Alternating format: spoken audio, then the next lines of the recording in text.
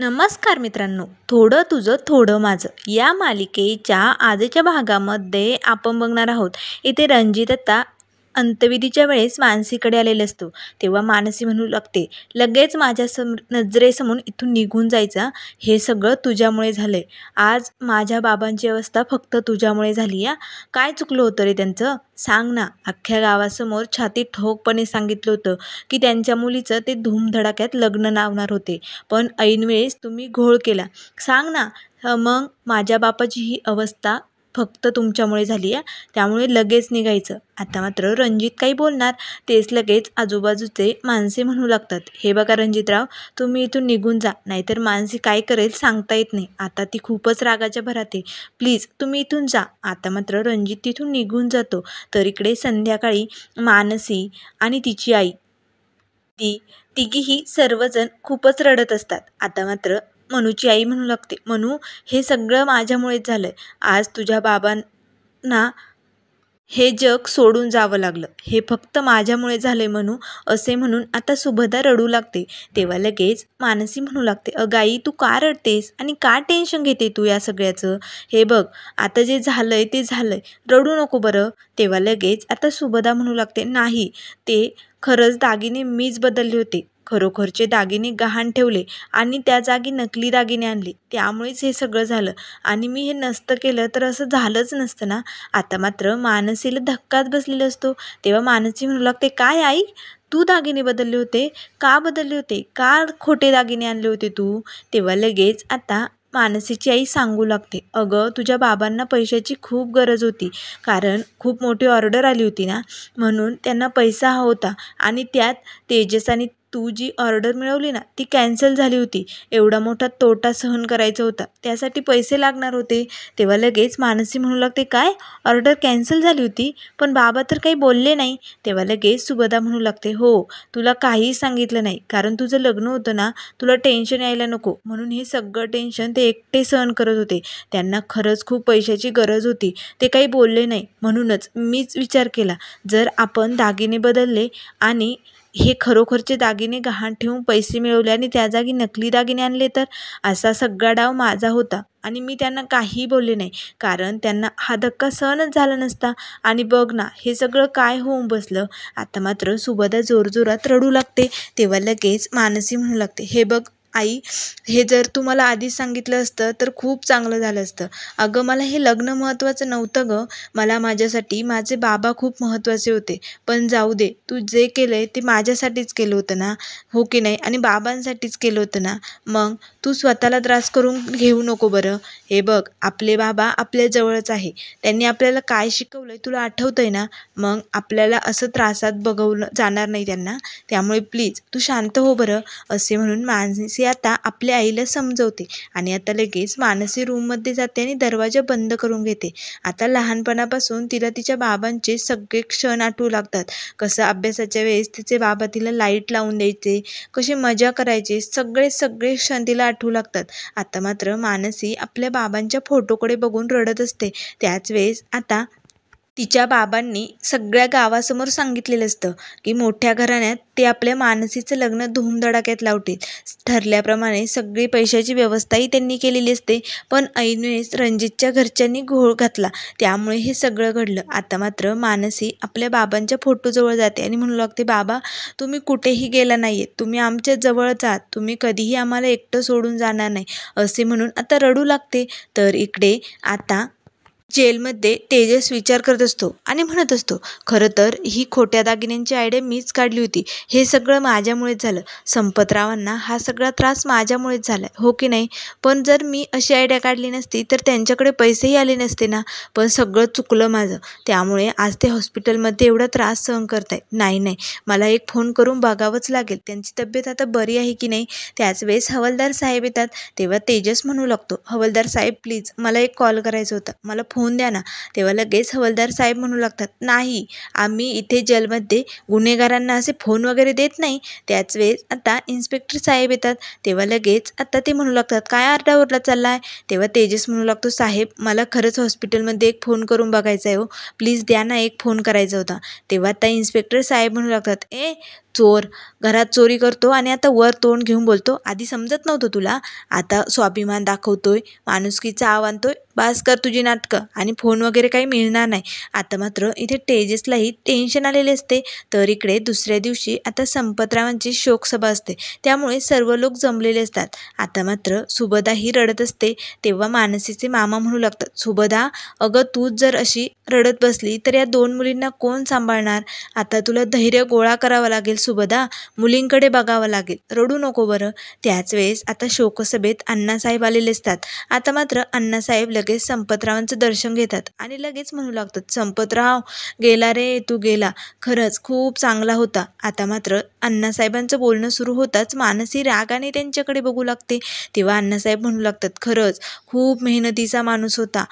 त्याने पहिल्यापासून मेहनत अशी सुरू ठेवली, वीटभट्टीत कामाला होता ना, मग आमच्या आप्पासाहेबांनी त्याला खूप मदत केली, खूप सहकार्य केले, पण शेवटी मेहनत ही संपतरावाचीच होती, हो की नाही? म्हणून तर संपतचा संपतराव झाला तो आणि त्याने एवढी मोठी वीटभट्टी, हे सगळं विश्व उभी केलं. आणि आज छातीत ठोकपणे गावात सगळ्यांसमोर सांगितलं होतं, त्याच्या पोरीचं लग्न तो मोठ्या घराण्यात जमवेल आणि धूमधडाक्यात लग्न करेल.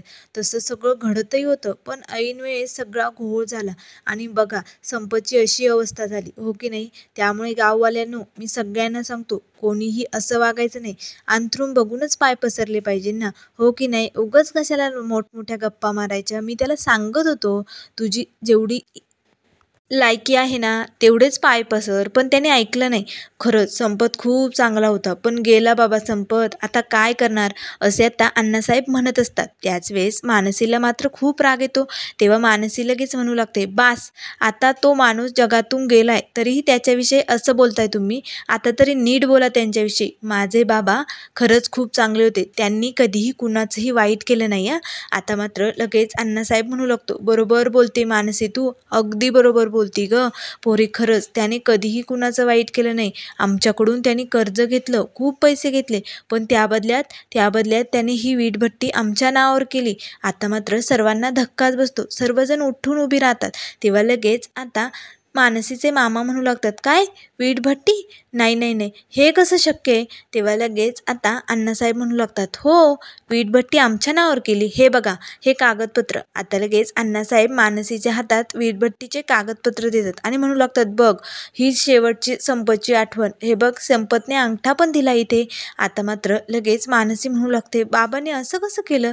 वीटभट्टी नावावर केली, बाबा तर काही बोलले पण नाही, नाही, हे होऊच शकत नाही. तेव्हा लगेच आता अण्णासाहेब म्हणू लागतात, अगं इकडे हळदीचा कार्यक्रम चालू होता ना, तेव्हाच इकडे वीटभट्टीचा सौदा पण चालू होता.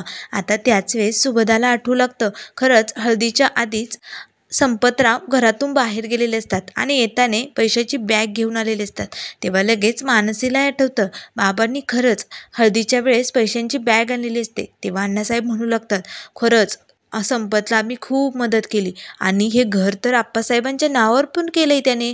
आता मात्र सर्वांना धक्काच बसतो. तेव्हा लगेच मानसी म्हणू लागते, काय घर? आमचं घर? तेव्हा लगेच अण्णासाहेब म्हणू लागतात, हो, हे घर आता तुमचं नाही राहिलं. त्याच वेळेस खाली बसलेले बरेच लोक उठून उभी राहतात आणि म्हणू लागतात, संपतने तर आमच्याकडून पैसे घेतले, माझ्याकडून पण पैसे घेतले, माझ्याकडून ऑर्डर घेण्यासाठी माल घेतलाय त्यांनी. आता मात्र सर्व लोक गोंधळ करू लागतात. तेव्हा लगेच अण्णासाहेब म्हणू लागतात, अरे बास करा, किती आरडाओरडा करताय, माणूस गेलाय आता.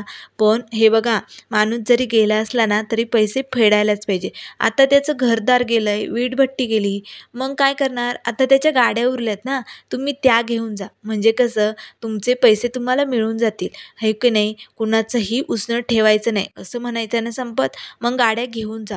आता मात्र मानसी रागानेच अण्णासाहेबांकडे बघत असते. तेव्हा अण्णासाहेब म्हणू लागतात, काळजी करू नको मानसी बाळा, मला माहिती आहे तू खूप जिद्दी पोरगी आहे. आपल्या बापाप्रमाणे तू एक दिवस हे विश्व पुन्हा उभं करशील, मला खात्री आहे. मी आप्पासाहेबांशी बोलतो आणि सांगतो की 2-4 दिवस त्यांच्या घरात दुःख आहे ना, तोपर्यंत राहू दे इथे. आता शोकसभा झालीच ना, मग 2-4 दिवसांनी घर सोडता येईल. तेव्हा लगेच मानसी म्हणू लागते, काही गरज नाही आहे. तुम्ही जे केलं आहे ना आमच्यासाठी आत्तापर्यंत ते खूप झालं. आता तुम्हाला काही करण्याची गरज नाही आहे. आम्ही हे घर आजच्या आज सोडणार आहोत. तेव्हा अण्णासाहेब म्हणू लागतो, ठीक आहे मानसी, तू बरोबर बोलती, पण ते वीटभट्टीचे कागदपत्र दे ना. आता लगेच मानसी ते कागद अण्णासाहेबांकडे देते. अण्णासाहेब ते कागद घेऊन तिथून निघून जातात. आता मात्र सुभदाला तर खूपच टेन्शन आलेले असते. तिला चक्कर आल्यासारखं होतं. तेव्हा मानसी म्हणू लागते, आई तू टेन्शन घेऊ नको, सगळं काही ठीक होईल. आता मात्र मानसी, तिची आई सगळेजण अण्णासाहेबांकडे रागाने बघत असतात. तर आता इकडे तेजस जेलमध्ये असल्यामुळे गायत्री मात्र खूपच खुश असते. तेव्हा गायत्री म्हणू लागते, तेजस प्रभू बघ, एक दिवस तू माझं कर्ज फेडून या घरात दिवाळी साजरी करत होता, पण आज तू या घरातून जेलमध्ये गेलाय. सगळीकडे कसं शोककूल वाटतंय, हो की नाही? असं वातावरण बघायला मज्जा वाटते ना, खरंच भारी मज्जा वाटते. त्याच वेळेस आता दिनेश येतो आणि म्हणतो, गायत्री मला तुझ्याशी जरा बोलायचं होतं. तेव्हा गायत्री म्हणते, हो बोल ना, काय काम होतं? तेव्हा दिनेश म्हणू लागतो, अगं आईने काही खाल्लं नाही. तेव्हा गायत्री म्हणू लागते, मग काय मी माझ्या हाताने भरू का त्यांना? तेव्हा लगेच दिनेश म्हणू लागतो, तू जर तेजसला सोडवलं तर आई नक्की खाईल गं, बरी होईल ती.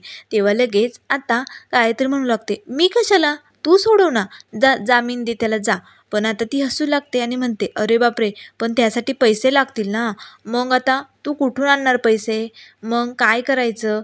तेव्हा लगेच दिनेश म्हणू लागतो, हे बघ तेजस इथून पुढे अशी चूक कधीही करणार नाही, मी खात्री देतो तुला, पण प्लीज त्याला सोडव ना. तेव्हा गायत्री म्हणू लागते, तू खात्री देतोय?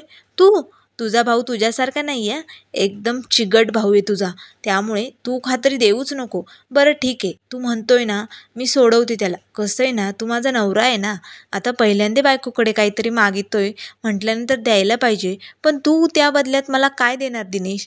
तेव्हा लगेच दिनेश म्हणू लागतो, काय हवं आहे गायत्री तुला?